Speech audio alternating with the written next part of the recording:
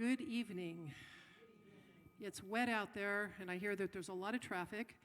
Thank you for being here. And we greet you tonight in the name of all that is good, all that is holy, and all that is sacred, and in the warm and loving energy of this ministry, Spiritual Life Center. If you are with us for the very first time tonight, or perhaps live streaming for the first time, we especially welcome you because we know that you are not here by accident. We know that every single one of us is here by divine appointment, and I'm really so excited about our program tonight. But let's just take a moment in prayer to settle ourselves in, take a breath, and allow the outside world to just drop away for this next 55 minutes. Taking your thoughts and your energies into your heart center, opening your heart, opening your mind to this wonderful conversation that we will be having to learn more about all these different things that we will be talking about. Compassion, forgiveness, moving on in your life. And we know that this will be a valuable and useful experience for all of us, and we are so very grateful for that tonight. Amen. There is a healing circle, right? Okay, so the chaplains do have their healing circle next door right after this service. Next week, how many people have been to gone to the Advent spiral, garden spiral? Well, we're doing this next week. Actually, Paula and her crew are doing this next week. And let's see what she says about it. It's a beautifully sacred ceremony for the entire community, young and old. The garden labyrinth portrays the kingdoms of the earth waking to the coming of the inner light, which is what this season is all about. Accompanied by soft music and singing, all are invited to journey to the center with a candle where we meet this light and bring it back out into the world. All are welcome, and it's a really neat experience to just watch that light grow. So that's next week. It starts at 7. We will have soup at 6. This Sunday, how many people went back to have soup? Did you see all those trays of cookies up? All right, this Sunday you can buy those. The choir, they're calling it their International Christmas Cookie Sale. So they've spent all day today putting those trays together, and Sunday they will be in the courtyard. And for the rest of, there's so many things going on. There is, if you don't already have one of the Jolly Red holiday inserts, there's one out in the lobby that tells you all the rest of the things that are happening. We've got the Advent Spiral, we've got a special Sunday service on the 22nd, we've got candle lighting services, there's a burning bowl of New Year's Eve. It just goes on. So, and that's right. The youth department has a fun day on Saturday as well. So, and then Christmas Day, there's a potluck at 10 o'clock. So there's plenty to do. Our guest tonight is a first-time writer and author of the book Too Brown to Keep: A Search for Love, Forgiveness, and Healing. She holds a Bachelor of Arts degree, a California lifetime teaching credential, and a master's degree in education administration. Adopted and brought to America, she was raised and educated in Bakersfield, California, graduating from the University State College at Bakersfield, after which she completed her post-grad degree at the University of Laverne in California. She now resides in Elk Grove, so she gets to play with all the traffic like all the rest of you who live down there. And is the mother to 2 successful sons, 2 successful daughters-in-law, and Nana to 4 grandsons. She's a member of Alpha Kappa Alpha sorority, and she finds time to serve her church and her community in different ways. Please welcome Judy Fambrough-Billingsley to the platform.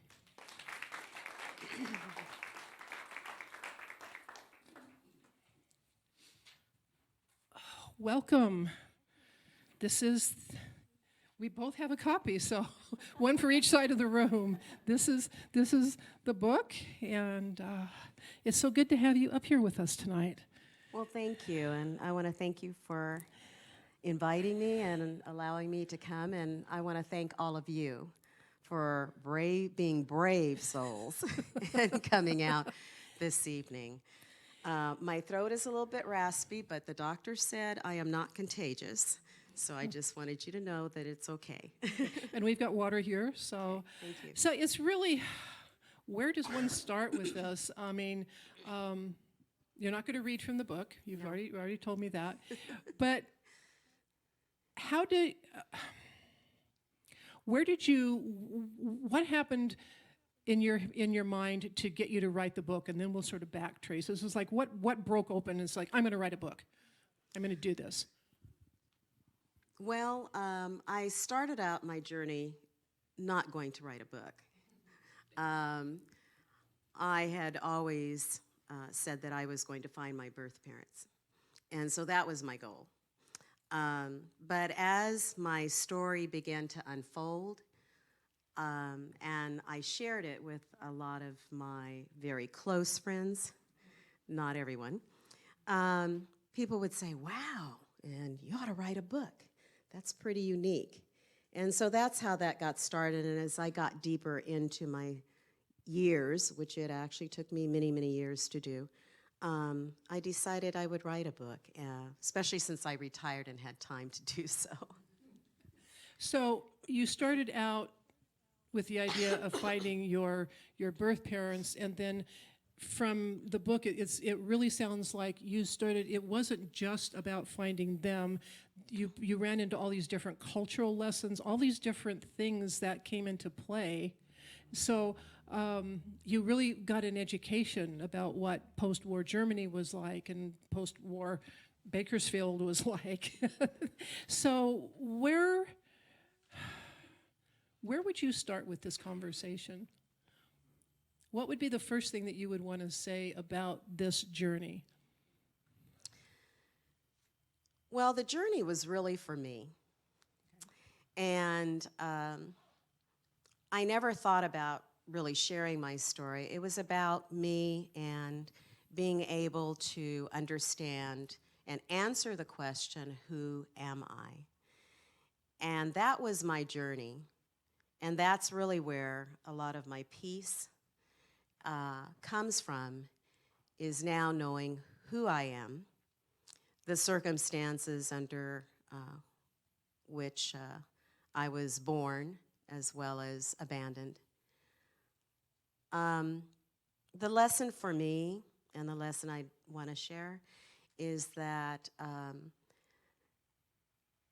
realizing who you are is extremely important, and I didn't realize that that was a normal question. I assumed that I was asking that question because I was adopted.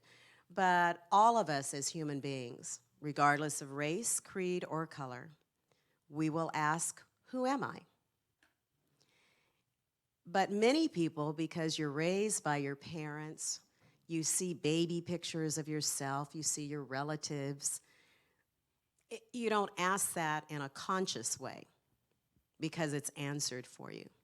But for me and for my sister, we did not. I never saw any baby pictures. My adopted parents had no information really about me. And so when I go to the doctor, I can remember, and even as an adult, and even now, the medical history, just to say, okay, is there cancer in your family? You know, those kinds of questions, it reminded me that I really didn't know. So let's take a little bit of just a synopsis, I think, for those who have not yet read the book, of what that, you were, 2 years old when this saga started?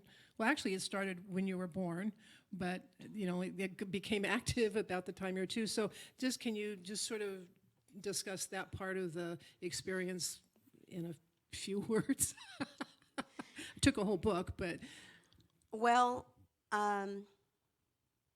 because I was 2, my sister was 5, and my other sister was 8. They were old enough to remember things. I wrote this book based on my research because I honestly don't remember. Yeah. I don't remember anything, but I do believe, and my counselor does too, because I did go to counseling, I needed that, was that I have suppressed it. And what also motivated me is when it rains, certain smells trigger depression, and I never understood why.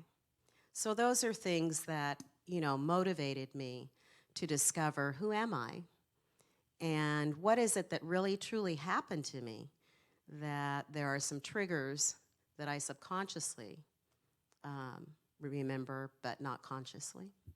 And actually, most of us, those of us who were raised in some sort of a family and have some frame of reference from whence we come, so to speak, we at least have a way to go back and think, okay, so maybe this happened when I was a kid, or so you didn't have that, and so basically, your mother abandoned you. You were taken to an orphanage, and then, do you know how long you were in the orphanage before you were adopted and brought to the States? It was about 6 months, because actually the Mrs. Grammer, who is the woman who arranged our adoption in Germany, had begun working on it just as we had arrived. Oh, so your timing was probably better than some, but still. Yes, it was. Yeah, It was. yeah. It was. And abandonment. Abandonment is something that all of us experience if we live long enough, regardless of race, creed, or color. Whether we're abandoned through, such as my birth mother who gave us up to the kinderheim, but you can be abandoned by divorce, by death, by emotional. You may have a parent who just wasn't emotionally there. And so it all causes trauma for all of us in different ways. And that's really my message. One of the themes that runs through there is abandonment equals trauma, grief and loss. And how do you deal with that? And if you don't forgive, then for me, I wouldn't have had the peace that I have now. But it took you walking through this whole process of doing the research and making the trips to Germany and doing all these different things to get to a place where you could forgive because you didn't know what you had to forgive in the first place. Well, Does I that did make know. I sense? did mean, know I you knew- needed to forgive, try to forgive, but I didn't start off with forgiveness. Right. Yeah, right. my book actually, when I started off, my book was just about, okay, I'm going to tell my story, and let me figure out what these triggers are and why. So it was really driven by becoming a much more emotionally healthy person. Yes. Okay, it that's. It was. I wanted to be a better me, and I've always been that way, even in my teenage years. I try to be a good person. Doesn't mean I always am, okay? But I try, and I certainly have slipped many times. But I do focus in on that to try to be the best that I can be. From what I understand from the book, your biological father, did not have a choice about letting you go. So that's a whole different dynamic than the mother who said, Yes. just gave you away. Yes. He was back in the States when she gave us up for adoption. Okay, so again, for those of you who have not read the book, her father was in Germany, and he and her mother had her, and then he came back to the States, and then her mother decided to let her and her sister go, and then a third child she also Yes. gave up as well. So Yes. It was a really traumatic experience for me, and you have to read the book. But it was an emotional experience for me to go back. I went back to Germany, and I first met my mom the first and last time I ever met her. But she was very, she had her arms folded. She didn't want to be there, and so that was a second rejection. And so I never saw her again. But going to Germany and seeing my babysitter, the villagers who ran out and called me by my German name in the village, because it was a small village, and it still is. to this day, where when I go there, I don't stay too many days. I stay in Frankfurt because I need some Wi-Fi and television. I try. But I love Hannah-Laura, my babysitter, and so I do stay in the village, and then I'll go into the Frankfurt, and then I'll go back. But I found out things about my circumstances, and especially about my mother, that I literally sometimes just pulled over to the side of the Autobahn and just had to center myself and really think about, emotionally, because she wasn't the person that I was told she was from my adopted parents. Now, your adopted parents were successful people. Yes. Living in Bakersfield, and you got to grow up down there. One of the things that I didn't know, and you explain quite thoroughly in the book, and we won't go into it in too much depth, but that Bakersfield, at least in the 50s and 60s, I don't know how much better it is now, was very much like the South in terms of culturally and yeah, and which I'm from Arizona, so I knew nothing about California, except that you guys drove funny. And so you come out of this situation into this other, but your father was a very, I don't know if you would say he was a driven man, but he was certainly a focused and determined to make his way in the world. Yes, he was very driven. He had an 8th grade education and dropped out of school because his mother had died, and he came to Bakersfield. He was raised in Los Angeles, and he came to Bakersfield, and he was very driven, very focused, and I picked that up from him. I'm very driven, very focused, and he always had lectures, life lesson lectures, which I talk about in my book, and I'm blessed to have had 2 very loving, caring, successful parents who adopted my sister and I and did the best that they could and shared values. My mother was very much involved in church, and so I was blessed in that piece. So it sounds like they gave you a foundation that even though the trauma and the scars and all that was running in your subconscious, they gave you a foundation from which to operate, and watching him become so successful. I love how creative he was, because he couldn't actually buy land, so he had somebody else buy land for him and then give it to him. How did that work? Well, it was back in the day, and Bakersfield was, when I grew up, it was a center for the KKK, the Ku Klux Klan, and so you can read about that in the book. But my pops, my dad, he was driven to be successful. He witnessed and saw other people, people in real estate, and at that time he had the money to pay cash for land, but they would not sell it to a black man. So Wayne Vaughn, who I remember very vividly, my dad would give Wayne the money. Wayne would go to the bank and buy the property, and then once escrow closed, because it was cash, Wayne would quit claim it over to my dad, and so therefore the deed would turn into his name. And they were lifelong friends. I'll always remember Wayne Vaughn. So what a great example for you. It was just like there are these obstacles that are here, and there are ways to get around them, peaceful, creative, really financially lucrative ways to get around them. And what an example to help fortify you with all this other stuff going on inside you at the same time. Yes. You know? Yes, I do have to say that one of the things that's fairly common in African American families is that there are boulders in the road, and we learn through our parents and through example to get around those boulders. And you can't be successful without. And that would include anyone, because all of us in life regardless of race, creed, or color, we have boulders in the road.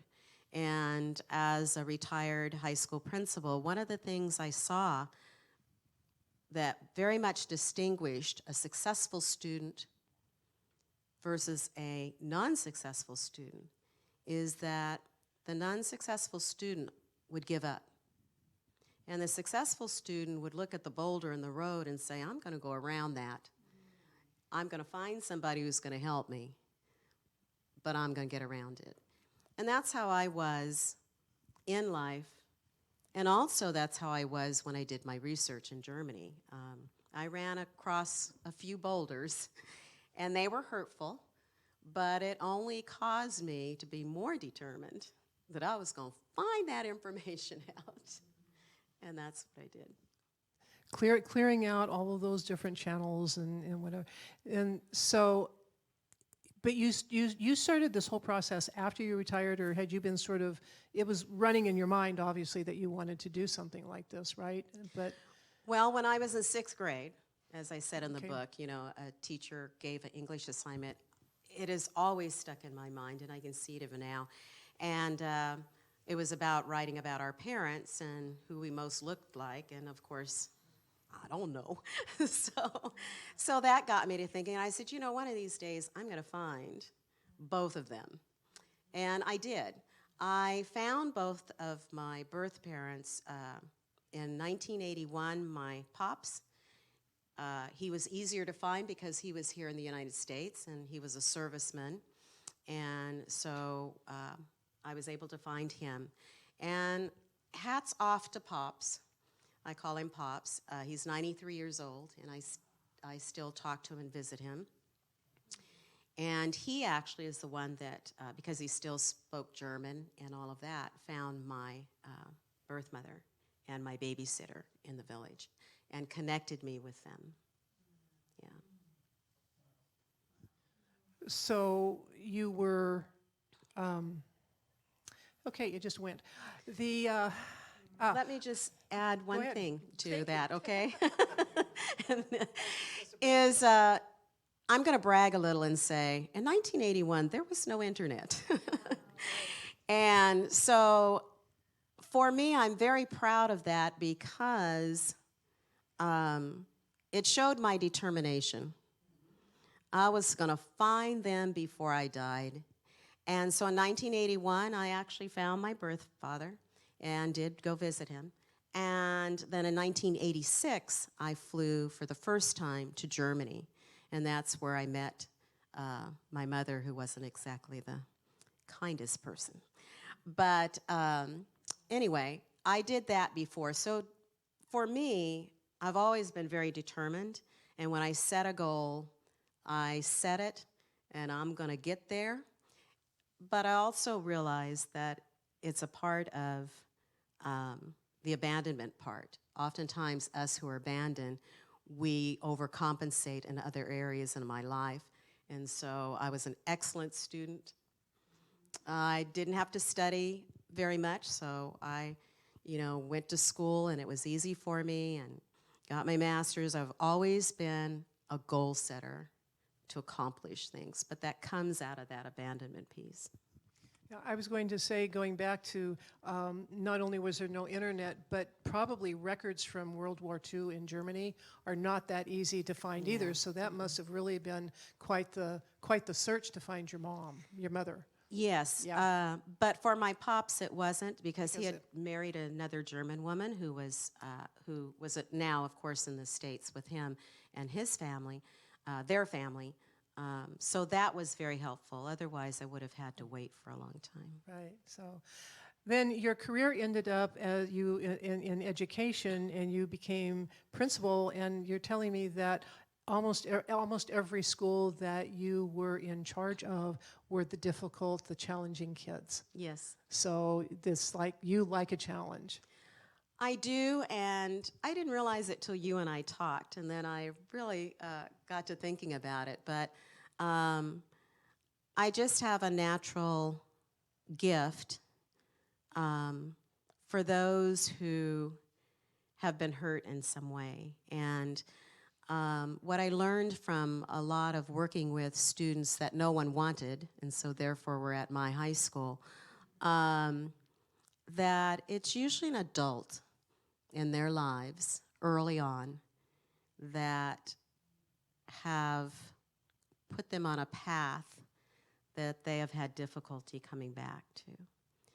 But that was my gift through this, that I was able to work very successfully with them. And you also had said that if they'd given you a really easy high school, you would have been bored out of your... Yes, that's true. So what else would you like us to know about this process? I mean, I guess the one thing that struck me when we sat down and talked on Monday is that how compassion for others grew out of your own circumstance, and then, you know, as you learned more about yourself. Did your compassion grow as you learned more about your history, or... I imagine you went through a little bit of kicking rocks and having to come back to the forgiveness bit. Most of us have to do that. Well, you know, the title of the book was just going to be Too Brown to Keep. And I had had an experience with my older sister, Helga, who still remains and lives in Germany. And it was a very public, humiliating, and hurtful experience that I had with her. You'll have to read the book.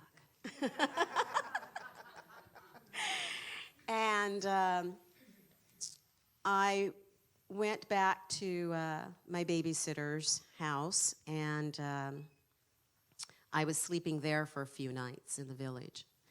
And all of a sudden, in the middle of the night, it said, "Too brown to keep." And I jumped up, and I got my cell phone, and I put that title in, because I knew if I went back to sleep and woke up in the morning, I'd forget it. So that was the title.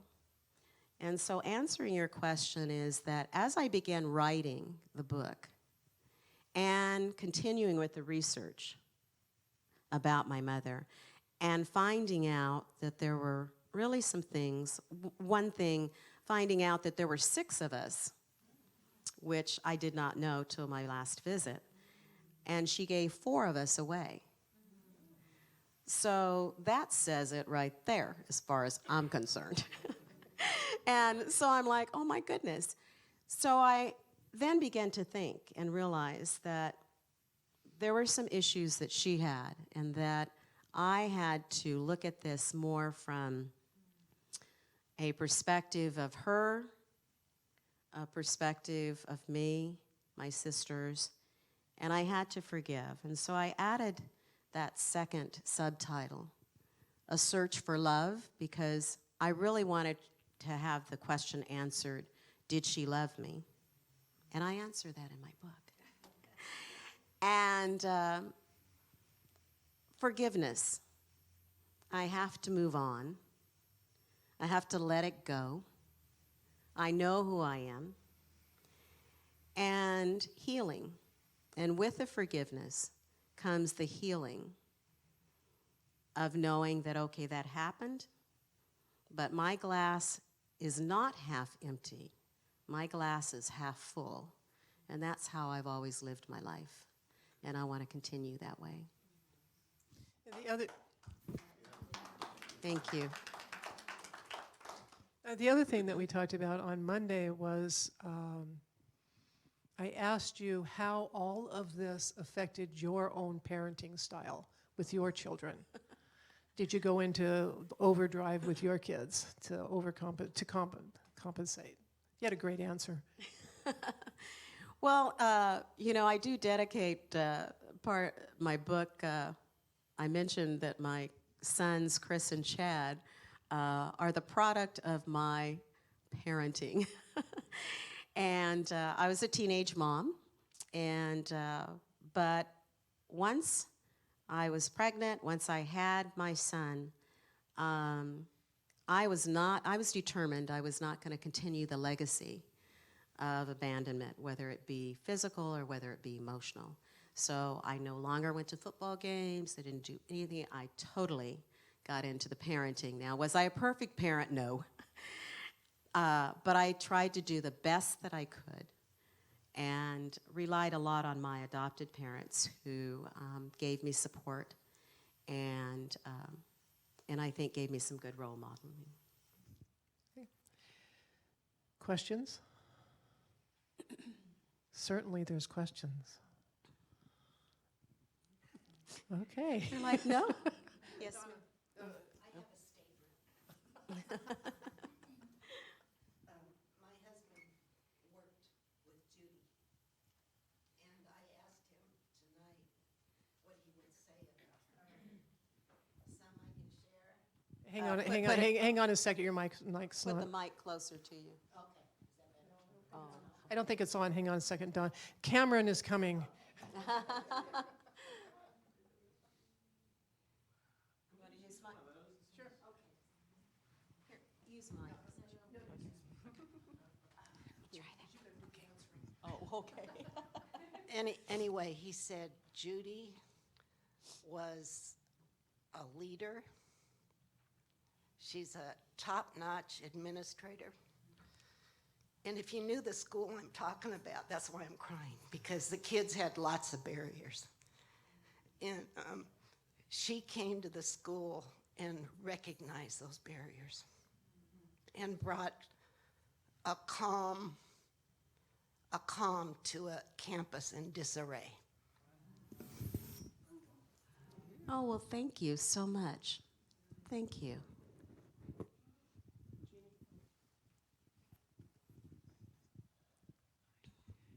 You had mentioned that you're a goal setter and that you thought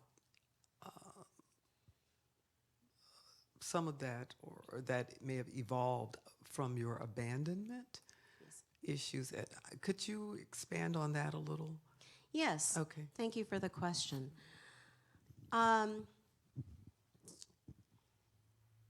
When you look at the research in regards to abandonment,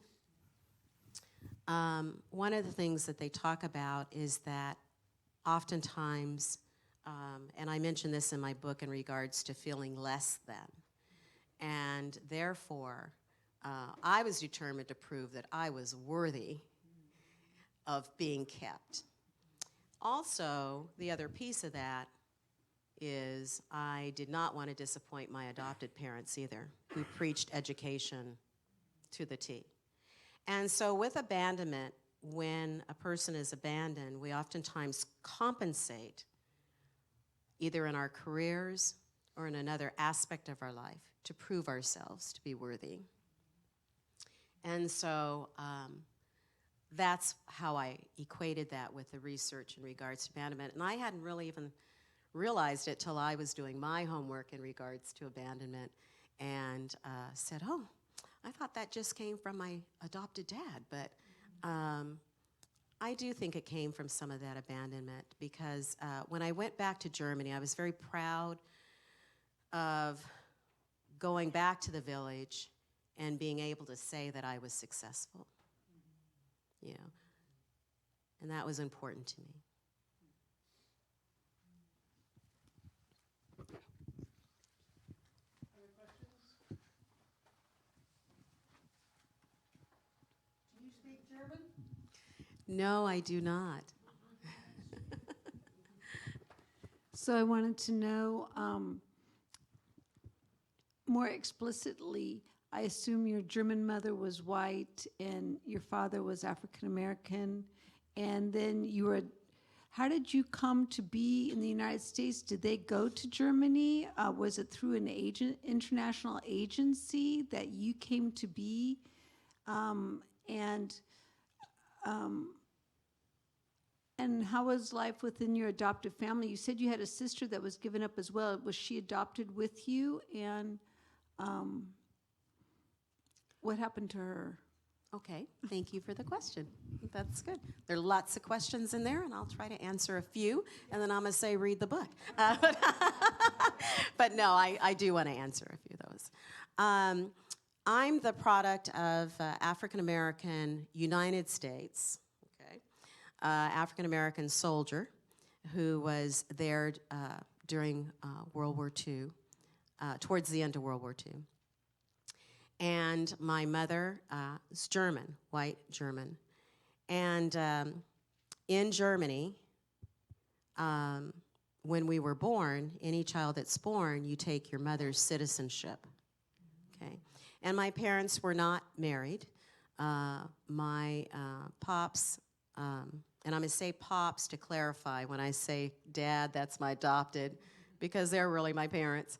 But pops will be the American soldier, okay, my birth father. He would get off base and come to the village and stay with my mom and my sister and I for a while, you know. But he was basically, his allegiance was to the military. They were not married, and so during that time, as we all know, let's face it, there were a lot of heavy racial issues, and African American soldiers were not treated the same as their counterpart. And so therefore, a white German woman with an African American soldier, they would not give consent for marriage or anything else, and they would not pay for the children. They would not recognize the children. So as I began doing my research, I thought I was unique, and then found out there's 5,000 of us, and we're all called brown babies. And that was with the United States and Germany partnered together because they saw us brown babies as a problem. And so that's how we began being dispersed throughout Europe and to the United States. So one of the adoptions, us being adopted, which nowadays does not occur, is we were adopted through proxy, which means that we did not see our adopted parents till we arrived on the plane in New York. And they did not see us. They only have a picture of us until we arrived. But one of the nice things about my research is that I have my newspaper clippings. They're a little yellow, but they're still there because we were in the newspaper, my sister and I, and actually there's a picture in the book of my sister and I, and she was my biological sister. We were adopted together, my mother, and we share the same mother and father. I have an older sister, Helga, the one that was not too cool to me. We all share the same mother, but she had a different father. So she was given up in Germany and still in Germany. I hope I answered some of that. Okay, all right. You're welcome. You know, I want to share with you as you're thinking of questions that for me, forgiveness, and I was sharing this with Reverend Deborah, that for me, forgiveness isn't about forgetting. And I'm only talking about my perspective, okay? Forgiveness isn't about, oh, well, you just embrace that person and, you know, you become friends and all that. To me, forgiveness is about not allowing a painful incident or a toxic person to interfere in your life to the point where it takes away your joy and your peace. And so forgiveness for my mother was that although I, as a mother, would never do what she did, I don't think I would, I understand due to her history and her parental history that she had, that was how she thought. And so that's the forgiveness piece for me, is to understand her thinking, although I may not agree with it. I understand it. I forgive it. And I'm at peace. And since I've written the book and it came out, I'm headed to Germany in July, actually beginning of July. I stay for 30 days, and I am excited about going back again. I go every other year, and this time I'll take the book, and it's being translated in German, so I'm excited. Yeah, I'm really excited to give it to some of the villagers who are up in age. So now that I thank you for sharing your journey. Thank You you. mentioned when you met Pops in 1981 that he had married another German woman Yes. and they had their own family. Yes. Would you elaborate on that reunion? And now I understand that you have a sister who also was his daughter, correct? Yes. So a little bit of that. I mean, I can only imagine, and it's probably in the book, of that news that comes to a man who was obviously from the base going back and forth, and there's an age difference between you and his sister. So there was a time period where you were very much your mom and you all were his family there in Germany. Yes. So for now, all of a sudden, you and your sister are news to Pops and his family. I was just curious how that okay. dynamic comes Yes. to be. Well, one thing about Pops, I do have to say, is that he, when I called him up the very first time and did my speech, it's in the book, he did not deny me. And his German wife knew about us because she wasn't from the same village, but she did know about his relationship with her. And so that made it easy. And I really have a lot of respect for him in that, one, he didn't deny us, went to visit him, and now I talk to him. In fact, I talked to him today. And I know his kids. Yeah. So it worked out fine. One of the things about doing this work is that you have to be prepared for rejection.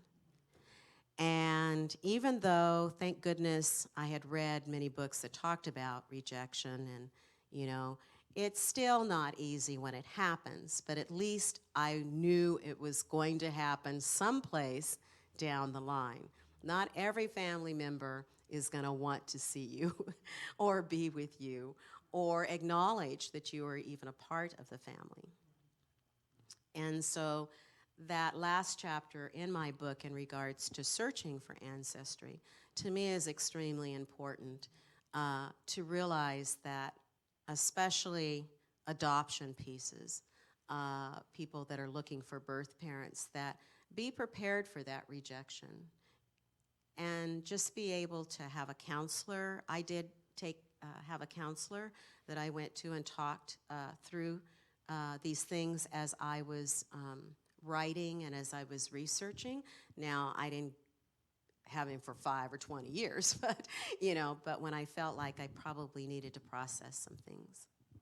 So you were raised in what, the Baptist? No, you were raised in a fairly fundamental Christian church, Yes, and then Church of Christ. and then you said that your father just sort of worked by unity principles, and when you found unity, it was like, oh, this is what makes sense to me. How has the teaching, the new thought teaching, helped and supported you through this process? Would it have been different for you if you hadn't had a foundation in what we teach?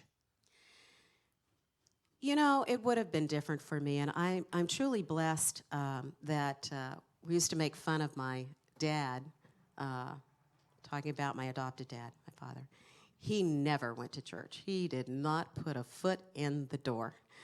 But my mother, we were there Sunday morning, Sunday night, Wednesday night, vacation Bible school, we were there. But who really, really, really had a great influence on me in regards to unity principles was my dad. He would walk around with affirmation statements in his pocket. Way back there, the tape recorder was a thin wire, that went around, one of them old antique ones. And he would go to bed every night with a tape recording of positive thoughts. And and he believed in the subconscious mind. And so when I was invited to Unity, I was like, oh my gosh, I grew up with all this. That you can be what you want to be. you know, that you are a product of God, and all of those things, that unity. So I really felt at home, and it was a solid foundation for me, because when there is rejection, although I'm feeling bad, then I turn it around to say, wait a minute, you know, I'm a child of God, you know, this is how life goes. That's on them. This is on me and how I handle it. So unity, I dearly love unity because of that. I just didn't know it was unity. But I grew up since a little girl with my dad with those affirmations. I just didn't know that's what they were called. Well, and you know, it works, and It it does. is such a good foundation to be able to allow people to just be who they are. And Exactly. it's not always easy. No. I think one of the other things we talked about forgiveness is a lot of people don't want to forgive because they think that saying what you did was okay. Yeah. And that's not what forgiveness is, Yeah, is it? It's exactly. not, because what she did, your mother did, was not necessarily okay, but she had her reasons, and you have your life, and Exactly. you know. And one of Yeah. the things that came to mind as you were talking about who am I, we're so big in unity in saying I'm a child of God, but we need this, you know, sometimes we need God with skin on. And so finding The this, connections. the connection and our origins here in the material world is also very important, or otherwise it's not complete. It is. Yeah. And family is extremely important. And I do go overboard with family. My sons are grown and have been grown for many years, but they know that Christmas and Thanksgiving with mama. Now, it doesn't mean, you know, they certainly are married and they have their families and they have their in-laws, so I'm not saying that. But what I am saying is that we go on vacation together every year. And once a month we have dinner. I travel to the Bay Area to have dinner with them. I just want to keep a family tradition going, and that's driven from this piece of adoption. Final call for questions. Okay, those two, and we're getting close. What I wanted to know is when you did go to Germany and visit your mother, did she answer the questions that you had about a question I would think would be, why did you give me away and not the other two? When I met her when I first met her the first and last time, yes, we did ask that question. But all three of us were abandoned, okay? She did give an answer. I'm not sure, and I accepted it at the time, but as I began to research and found out there were 6 of us, at that time I didn't know that, I think there's a lot more to her story. It's in the book. Best teaser ever. So when you began your journey in finding your biological parents, Yes. were your adoptive parents still alive, and were they supportive of you in this journey, and are they aware of what's happened, what the outcome was? It's a very good question, because one of the things for us that have been adopted is that oftentimes our adopted parents may not be as supportive about us finding our birth parents. My adopted mother was not supportive. My adopted father was. And so my journey in finding them, I did find them, but I did not do much with it. My mom died actually in 1981, and she died February 12th, 1981. I'll never forget that day.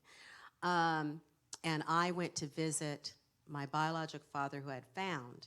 I went to visit him about towards the end of that summer. But I would not have done that had she been alive, because I would not want to hurt her. And that's one of the big issues for adopted kids. And one that I do have to say, as an advocate, is that adopted parents have got to realize that it's a normal thing and that we're not replacing them. I couldn't have had better parents than my adopted parents. They are mama and daddy for me. Always will be. And the other pieces are part of your identity, and you need all of those pieces. Absolutely. Yeah, and it just sounds that you have such deep respect for the people who raised you. I do. My dad was an entrepreneur, a very successful one. My mom was a homemaker, and I miss them. I really do. Well, Judy, thank you so much. Our time is short now, and I really so appreciate you coming and talking to us tonight. And I think are there some books available? There's I two- have two- more in my car. She has more in her car. So meet her at the car. No, we can do it inside here where it's I'll warm. run over there and get them. Oh. I'd be happy to sign anyone's book. And then now, is that going to run, or do I need to punch through it, Cameron? Easy for you to say. Okay, let's get to the pictures. Really? Huh. Maybe Cameron can do it. There. Okay, so That's my mother and me. Elsa is her name. okay. Was that you or me, Cameron, doing this? Oh, okay. That's the Afro newspaper that we as brown babies were advertised, and that's actually my sister and I over there in the group. So there was a woman who actually sort of went on a campaign to bring as many of you here as she could. Yes, 500 of us, and that's Mrs. Grammer. She is in the other picture, and those are all, she adopted 12 brown babies from the orphanage and was very good friends with my parents, and we went to Washington, D.C. and visited them. She is deceased.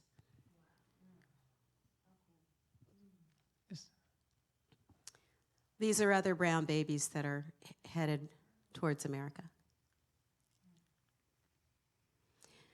And that's actually a picture of me. The nun is holding me, and my sister is the blonde-headed one. And then there's Juanita, who I'm in contact with. She's the one in the white with the purse, and the other two guys. And we're getting ready to board that plane, which is the Scandinavian Airlines, to come to America. Remember the kinderheims, orphanages, but kinderheim, they were ran by the Catholic nuns, Catholic Church.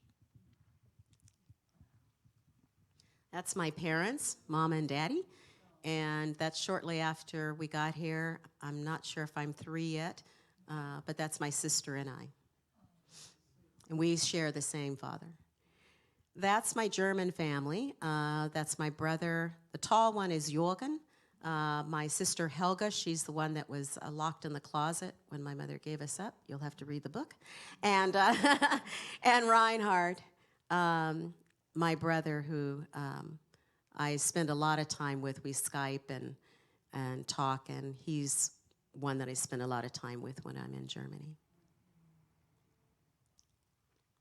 That's my sister Joanne, how she looks now. She lives in Houston, Texas. And I talked to her today, too. And that's a picture of my mother, Elsa, Helga, me, that's in 1950, and my sister Joanne. And it's in Bingheim, our village at the flat where we lived. And I'll bet you don't know who that is. That might be you with the book that everybody needs to read. Thank you, Cameron. Thank you. So thank you, Judy, so much for being here tonight. This has been a Thank pleasure, and I'm sure that, just the idea of teaching about how we really all need to know who we are is very, very important. I really appreciate that you've done this. Thank you so much. And thank you so much. Bless you. And thank you, everyone. I really appreciate it.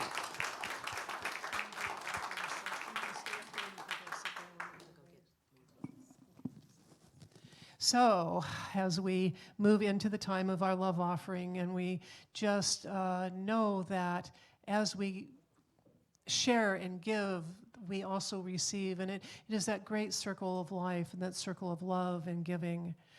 So let us take our offering in our hands.